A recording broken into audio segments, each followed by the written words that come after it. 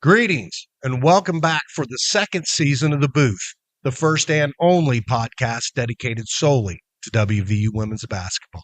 I'm Chad Atkins, and I have the extreme pleasure of being joined by Hayhurst family head coach Mark Kellogg and Shane Terrell. All right. We're recording in the basement bar booth of Mario's Fishbowl Suncrest on University Avenue in Morgantown, West Virginia, home of the world-famous Fishbowl. Cheers, gentlemen. Cheers, guys. Welcome, Coach. Welcome. Yeah, good to be here. Good to be here.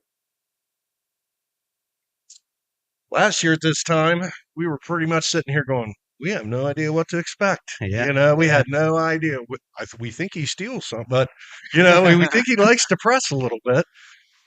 You obviously showed us what this team is made of. I mean, great first season here, at WVU. I mean, did you reach all your goals, though? I mean, were there higher goals, or did you surpass your goals last year? Well, probably a little bit of both. I think we had to reset them a little bit at one point because we did achieve some of the goals, a little bit maybe earlier in the season. So we kind of had to reset and talk about some things, and then maybe didn't define some at the back end of the schedule that we probably needed to define. And for example, when we played OU and won that game, I think we were a game back at that point of, leading the Big 12 and starting to talk about seedings, and obviously national ranking came at one point. And, some of those things maybe were briefly mentioned in the preseason, not anything that we really, dug home about or talked about very often until they kind of presented themselves. And then again, I think it's hard to climb the mountain. It's really hard when you kind of get toward the top to stay at the top. And so those were things we got to talk about as the year went on. But I think as a coach, you get done with every year and you want to squeeze as much out of them as you possibly can. Can I get as much out of this group as I think that they're capable of? And I think for the most part last year, we squeezed about everything we could out of that group and achieved about everything that we could have. And obviously a great start, to our tenure here, and something certainly to build off of. Excellent. Yeah, it was an exciting year. Obviously, clear to the end, and the Iowa State game, and 4.9 million viewers. Oh, Iowa game, yeah. The Iowa game. 4.9 million people watched that game. You ever sit and think about that? Yeah, we did, and I think at the time it maybe was like the third most watched basketball game ever, and it helped. It opened a national audience to us and the way we play and the style of play. And you alluded to the steals and turnovers and things like that, which are a big identity of what we are. I don't want it to be the only identity. I thought last year we did get defined pretty much by what we did on the defensive end and not so much on the offensive end. So that's been kind of a point of emphasis throughout the summer is, we were elite defensively. We were not elite offensively. And so how do we become maybe a little more elite offensively? But the viewership has changed. We went from 0 national TV games a year ago to I think it's going to end up being at least 5. Oh, 5 now. So I think there's going to get one added. So we're just kind of waiting for that announcement. But 4 or 5, a year later. So the national audience is paying attention, I think, now. Yeah. And what's great even about this year, the core of the last year's team, the real core of the team is coming back this year, which is great. We had 4 losses, 3 to graduation, and 1 turnover or 1 transfer, I believe, last year. But coming back, looking at the backcourt, it's great. I don't know who said. I think you talked about it last year, but everybody's either a guard or forward on your website. So we're kind of picking it out here. But in the backcourt, we have returning is JJ and Jordan. We know we got them. We know what they're made of. But everybody tries to improve, over the off season. Have they been working on anything particular to up their game? Yeah, no, everybody needs to improve. And when we meet with the players in the spring, it's really to build their individual identity. What are they going to get better at? Here's maybe what the numbers, analytics tell us about their game. And so we sat down with both of them like we did every player on the team and kind of built it for the next kind of 4 months. Is here something we want to really kind of hone in on to take your game to the next level? I think when you go through the summer, if every kid gets better individually, then we should collectively be better. Yeah. And we do return 4 of those 5 starters and 6 of our top 8. And I don't know, it's 70 some odd % of our scoring is back. So there's a comfort in that too, but we want those kids to take the next step. For Jordan, it was still, mid-range, finishing a little bit because she wanted to get to the rim so much and shoot the 3. She's really wanted to work on her mid-range. JJ's was still getting that 3 off a little bit quicker. She wanted to shoot it at a higher percentage. She still wants to be the all-time steals leader here, which she's got some work in front of her. Yeah. She What wants is to it do now? that. What she got Well, left? she needs like 120, I think, this year, and she was like 97 a year ago. So she would have to. That's about one steal a game more. So that would be quite a bit. So she's going to have her hands full there. But they had some other goals too that they wanted to achieve, and they've worked really hard at it. Good. That's great. But two returning players to the backcourt, we really didn't have much of anything from them. Zaya Nugent and Mosberry.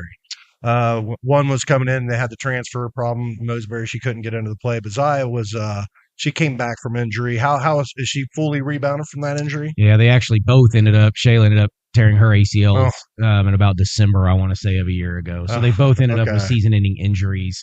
When it was all said and done. Zaya came with me from Stephen F. Austin, so I've known Zaya for forever and ever, and we've kind of grown together. But they're both back. They are healthy. They're cleared. They're Is Zaya the character of the team? She's got some personality. I saw us play a year ago over there on the sideline. She definitely has a lot of personality, and and they're both back, just working their way back into form, though. I don't think either of them would probably tell you they're at 100% and where they've been previously. But I think they're doing a good job, and they've rehabbed the right way, and so they're certainly back in the fold.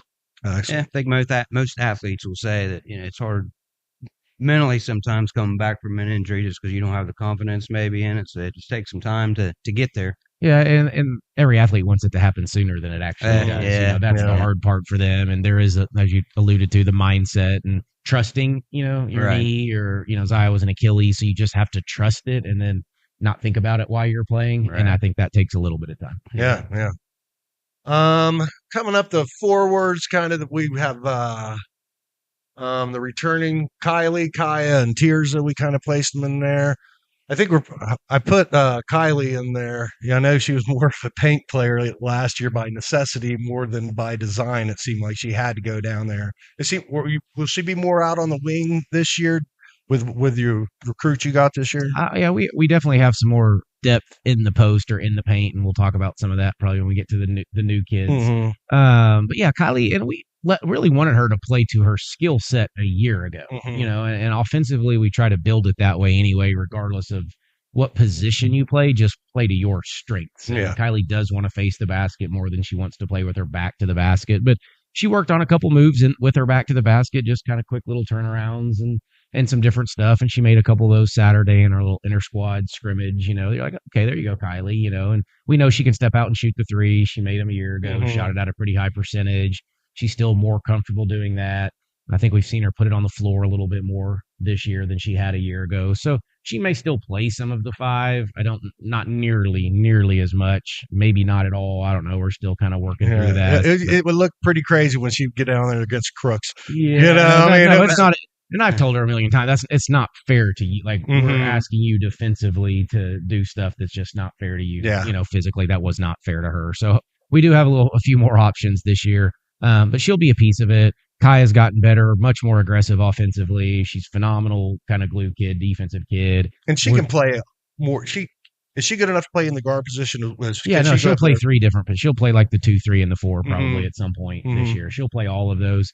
We didn't have the full complement of players over in Europe, so she had to play some like 2 for us. So she's playing the top of the press and getting after it and truly being a guard. And yeah, she has the versatility to do that. But I think what we're noticing right now is just how aggressive she is on the offensive end and looking for her shot and to put it on the floor. So she looks really good, looks really comfortable in her last year. And then Tirza has been really good too. Just athletic, wants to be our best rebounder, has a motor, can run, really good finisher around the rim with both hands.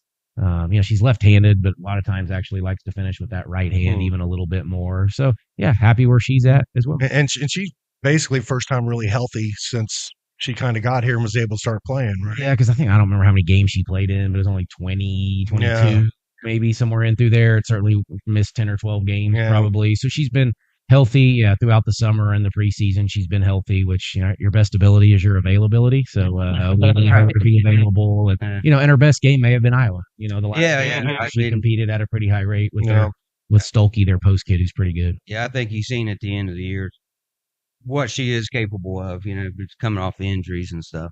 Yeah, and she's a little undersized. That's, again, she kind of plays the 5, but might be really a 4. So she, we kind of move her into both roles, and you can be big at the 4 or small at the 5 if you play her whichever way you go. Our incoming or our returning one post player that we got, Donnell, crowd favorite. Fan favorite. Babu or Boo is Yeah, what Boo, yeah. Boo. Everybody, we kind of were, it was Babu, and then somehow it just turned into Boo. Yeah. She is the fan favorite, no doubt. You're wondering what everybody's mad about, and then you just realize they're just like they're happy about her. Boo and Coach Kellogg, they're just calling her by name. Yeah. No, she's back. She's doing great. She's going to play in certain games and have bigger moments probably in other games. But, she's definitely a piece of this. She provides size. She provides depth. We know she can go bang with the Audie Crooks and Ayoka Lees of the world, and Gusters, who now is at UCF, who was at Oklahoma State. So, there's plenty of big posts in our league, and she will certainly be able to match some of it. Excellent. Well, coming into the income, we'll just go straight to the incoming post players. I think those are going to be the biggest changes for us. It's going to affect the team the most.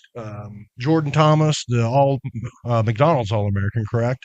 Out of Texas. And also the transfer from Northwest Florida, probably. CC is what we call Celia. Yeah. CC. So, Jordan Thomas, and we refer to her as JT. So if you ever hear just say JT, that's Jordan Thomas. So, JT's been fantastic. I think was maybe our second or third leading scorer in Europe as a freshman. And so she's got great hands and great feet, and especially for a freshman, post player, she was like a top 80, 75 kid in the country, McDonald's All-American nominee. She didn't get to play the game, but she was a nominee for that game. She's going to have a big time role for us. She's a really good player. Still got a little bit to work on. The freshmen there, that first semester, there's some peaks and some valleys, and that's just, that's to be expected. And so we'll have to, go through some of those growing pains, but I think she's off to a really, really good start. So I'm excited about her. And then Cece's been really good. So she's from France originally. So you get kind of a little bit of that European, good passer, really good hands, really good feel for the game, big, strong body, good rebounder, scores it in multiple ways. She'll face up. I mean, she can shoot the 3. She's a little more comfortable to about 17 feet probably than the 3, but she'll shoot some 3s throughout the year. She'll post up, and now it's kind of that same thing. Is she a 4? Is she a 5? Where do we like her? She's strong enough to play both. So no, she's going to be a fun mismatch for sure. Excellent. And 2 new freshmen coming out. I put them in there to the 4s. Was Destiny Agabadu and Daphne from Turkey. My first question is, how did you recruit somebody from Turkey? I mean, do you have people out there on the ground in Eastern European? That one's actually a very interesting story. So I don't know how long back you guys have followed our men's program here, but Dennis, I think it was Klitschka, was a 7 foot Turkish guy that played here and absolutely loved Morgantown. And I guess he was a guitar guy, so he was downtown on High Street getting around all the time too. And so he had this almost cult-like following there of people. Well, anyway, a guy that helped him get here helped us. Excellent. Cool. And so it's Defna is, I guess, how we are saying it. I don't know that that's the exact perfect way, but we like to ask her, how do we say it? What do you want to go by? Is this close enough? And she's like, yeah, that's good, guys. Like Defna. Hey, it's hard to keep up with. They changed the spelling of Turkey too a few years ago, I guess. It's actually not spelled how we used to spell it. So So try to keep up, So weird kind of story, but it was she was recruited by Texas and Baylor and all sorts of other pretty high level Power 5 programs.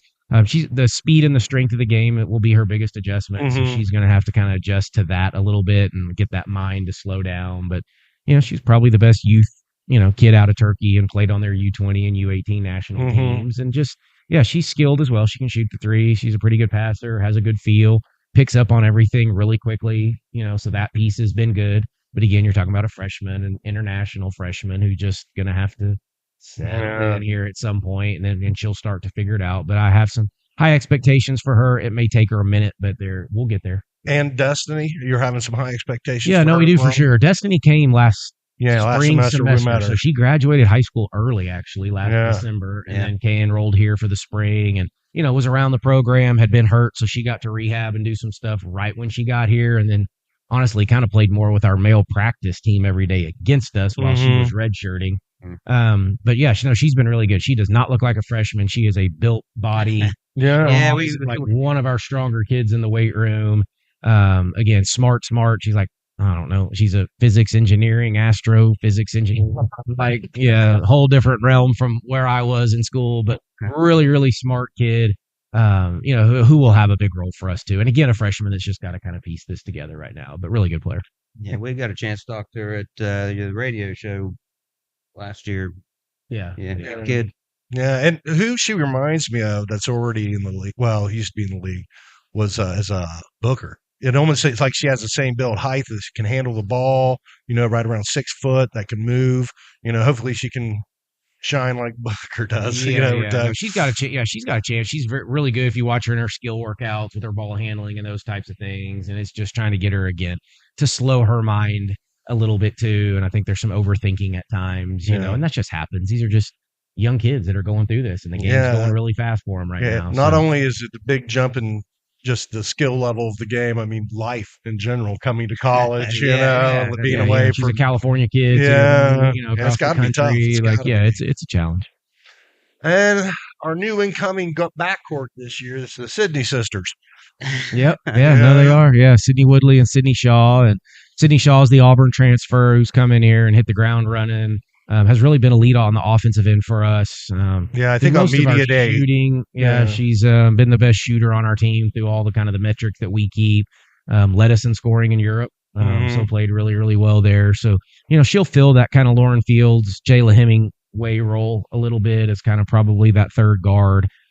She's gotten much better defensively since she's been here. That's something we've asked her to kind of take to another level from, where she was when we first got her. So, she's doing a really, really good job. And then Sydney Woodley is a Long Beach State transfer who graduated early. Oh, wow. 4.0 student, high IQ. Nice. She had 104 steals a year ago. So remember, Jordan and JJ were like 97, 96, and this kid was 104. So that's crazy. You're talking about a length. She's probably 5'9" and really long and touches every pass.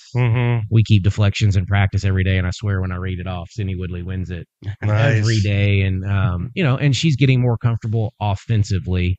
So I think as the offensive game comes along to match what she can do defensively, it'll be really good. But she's going to have a big role too for us. She's really started to come on. That's excellent. You solved the two Jordan problem with one of them, the JT. What do you do with two Sydneys? I've shortened it to Shaw and just Wood. Okay, there you go. As quick as I can. Shaw and Wood. So that's how we go there. Okay. I mean, like I said, everybody was really stoked on Shaw. And during the media day when she came, she didn't miss a three, I don't think, in the scrimmage that the media saw, correct? Yeah, she played really well that day, y'all. And she's had some really, really good days. But, I think she was showing out with when the audience showed up, the lights, so to speak, came on. She was ready to roll. All right. Well, looking towards this season schedule, we were picked fifth in the overall power rankings, one first place vote.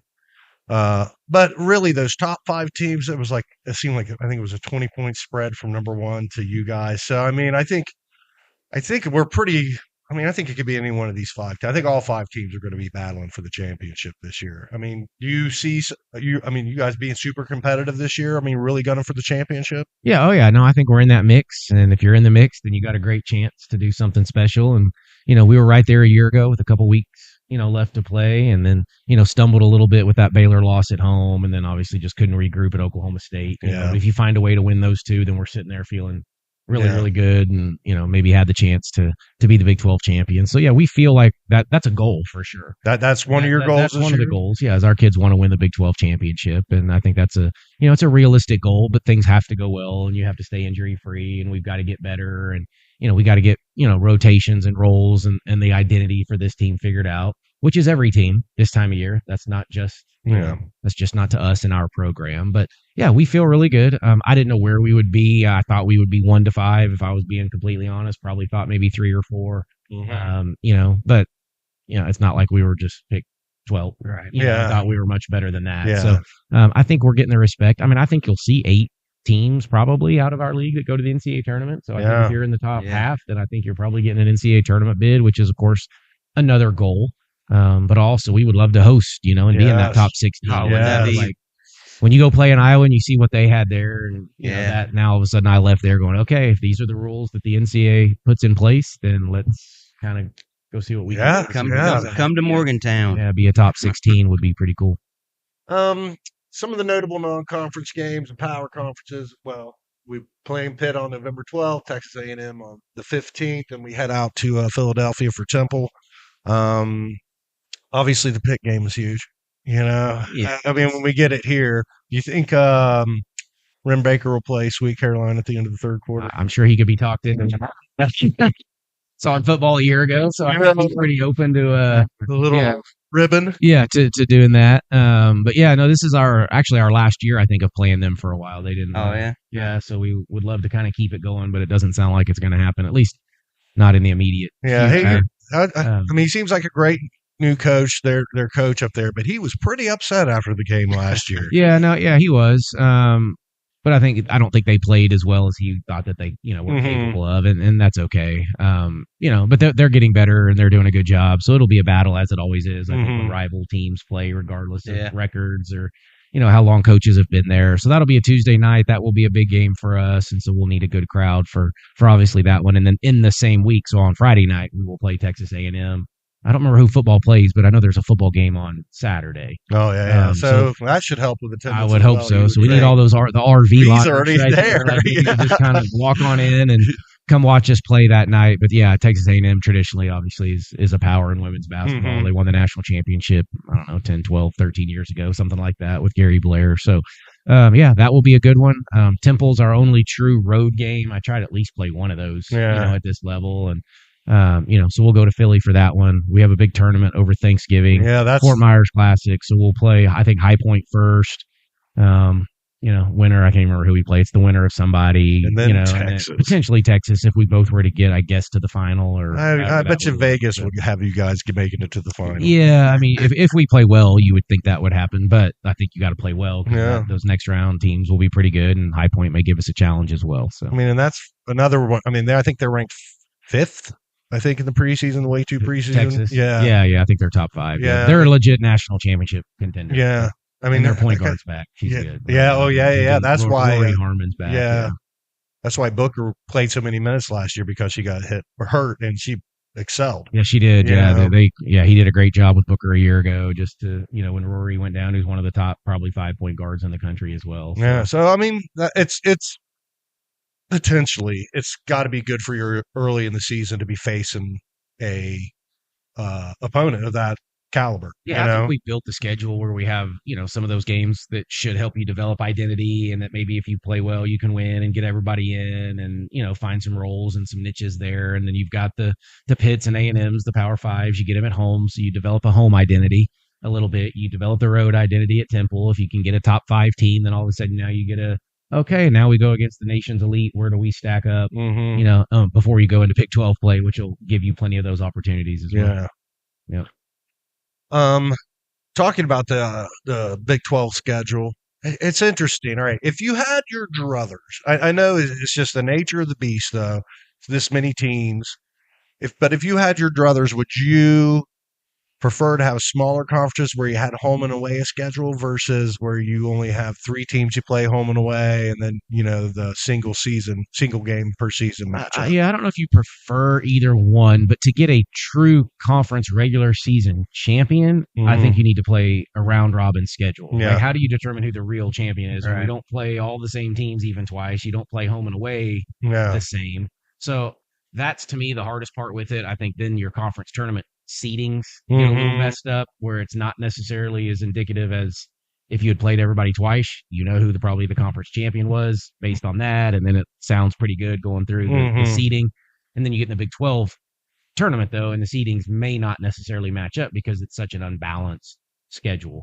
The travel's a little difficult at times, so that's the only other piece. Yeah. At least they got you on one trip out to Arizona. It looked like they did that 2 games in a row. I'm sure they did that on purpose. We really will end up with 3 of those trips where we will just stay on the road. So we'll play Houston and Baylor as one of those road trips, and then Texas Tech, Oklahoma State. So we'll have 3 of those where we'll just stay on the road essentially Tuesday and come back after the game on Saturday. Yeah. And it's interesting, the 3 ranked teams above us, at least we get could be K-State and Iowa State at home, but we go on the road for Baylor again this year. So, but at least we got 2 of those 3 games at home. Yeah, no, I don't know if favorable is ever the right word. I mean, it's not a bad schedule if you're just looking at it today on paper, but that will change so much based on how some teams do and injuries and those types of things. But, we still get, like the Cincinnati, the regional rival, so I think we'll probably always have them as like the 2-play game. Yeah. But, like Colorado was in the Sweet 16 the last couple of years, we get them as a 2-play. Yeah. We add Arizona, Oak State's Utah, the other one. yeah, Right. and Oklahoma State. But, those 3 teams, 3 of the 4 we added were in the NCAA tournament a year ago. Yeah. So we're just adding more quality depth to a league that I thought was already really good because we had 7 teams in the tournament a year ago, and now we're adding 3 more, even though we lost 2 that were in the tournament. So it's going to be a battle. It will be every single night. We lost 6 of them a year ago, 5 of which came down to the last minute or 2, of the game. And so we need to be a little bit better in those situations to close it out, because that probably is the difference in finishing, 4th like we did last year or winning the league. Yeah. Excellent. And sorry, Coach, but we are expecting much more. I really want to battle for it. Yeah. I think we can. do too. So, I think we have the internal expectations, and then there's external expectations, and those are fine, and we're not listening to those, but we do try to just focus in on what we can control, and that's the internal stuff, and let you guys and everybody else can kind of talk about the external goals that you have for us, but we're going to stick to the internal goals. But how's the mindset of the team? Is there a swagger to them a little bit this year? I mean, is there a confidence, or are they keeping nose to the grindstone? And both. No, I think there's a confidence. I think we know a little bit more of what to expect. I think everybody else has seen us now to know maybe a little bit more of what we're about. So there's a comfort, there's a familiarity there with each other, with the way we play, with the style of play. I keep saying what a difference a year makes just from practice and where we're at, and players teaching the new kids, and coaching staff all return, so they have a really good feel for where we are. But we don't want to shy away from some great expectations and accomplishing, some really, really cool stuff. And, we did have a team retreat, and that's where we talk a lot of the goals. But one of the things that was really important, so we've never won multiple games in an NCAA tournament in women's basketball. We've been to one Sweet 16, but it was 48 teams maybe, and so they won 1 game to get there. So, man, I told her, if we win 2 in the NCAA tournament, are we the best team that's ever played in West Virginia history? And I don't know if that's true or not, but I want to sell it that way, right? And I want my players to believe in that, and they're going to leave a legacy. And, hey, you may go down in some people's eyes as the best women's basketball team that's ever played here. I don't want to shy away from that at all. Well, you're selling something, because didn't we more season tickets sold again this year? So yeah, I think we've almost doubled it, to be honest. Nice. I think we're approaching. I think last year we were in the 700s, like 780 something maybe season tickets sold, and I think the other day we were over 1450. Wow, so, that's awesome. We've bought 11 of them. Did you good? We appreciate it. Yeah. But we do. I have had coaches tell us they think this is the hardest place to play. The Coliseum's the hardest place to play. Really? Yeah, and some of it may have been travel too from back in the day when we weren't quite as spread out. That this was the furthest distance that a lot of them maybe traveled for road games. But no, I think we do have a great home court. I thought as the year went last year, those crowds got into it. They were having fun. Obviously, they grew in number, which was pretty special. But we had to open up more season tickets across the bench, which that's never happened before. And so that lower bowl maybe fairly well sold out with some general admission still, but a lot of people have bought season tickets. I think one of the best testaments to what you're doing and how you're changing the view of women's basketball here is, I think it was the head coach for Oklahoma in the post game after we beat them. She was like, I've never seen this many people here before. She just harped on the level of energy in the Coliseum compared to where she's been coming, for multiple years. She said, this is different here now. Yeah, no, it was. Of course, I didn't know what to expect either. And, you have the first couple games and it felt good. But like I said, as the season went and, we won and had a really good year. But I think you can connect to our players. I think they're very personable. I think we play a fun style. I think we do things the right way. At least I hope we do, that, fans can gravitate to and enjoy watching and, just represent our state. I think that's part of, I guess, where I was going to go earlier is we still want to have that chip because I think the state has it. I think that's the way a lot of people in this state have obviously the coal mining and the hard work and the, blue collar, that's us. And I want that to be us. And I don't ever want to lose that regardless of, we get a national ranking or people start to think that we're pretty good or tell us that we're going to have a good year let's still play with that chip because that's worked really well in the past. And I think it will continue to work for us. Yeah. Well, you're representing us excellent. You couldn't, not only the university, but like you said, the state and us as homegrown products, thank you for doing as well. you're officially a hillbilly. Do you get any hillbilly jokes now from your friends? I haven't got too many of those yet. Yeah. But you get some, West Virginia, where's that? Yeah. Morgantown. Yeah. I was like, oh, just come check us out. You'll have a different. You haven't.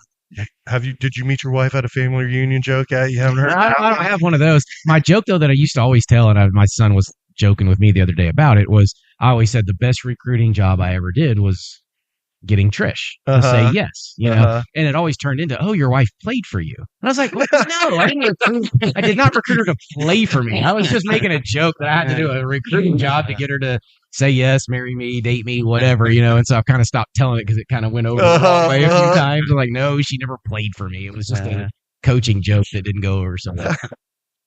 Well, Coach, like I said, we super appreciate you being here and representing the state and just being who you are and making us known, basically, the women's college basketball. We really appreciate you putting us on the map and being such a good example for everybody. That's what my job is, I think, is to represent. It's not just me and it's not just our players. We represent something much bigger than us. Mm-hmm. And we know that. We understand that. That was part of the assignment when we took the job, and we don't want to back down from that either. But we appreciate you guys and just, spreading the wealth and the knowledge and the excitement about what we're doing in women's basketball. And if there's things we can do for you or your podcast, please let us know, or bring us back, or you need players or whatever. We're here and we want to spread the word, so we'll do what we can. Excellent. Certainly appreciate it. Yeah. Thank you so much for your time, Coach. You bet. Thanks, guys. All right. That's pretty much going to wrap it up for us today. For Coach Kellogg, Shane, and myself, until next time, we'll see you at the Coliseum.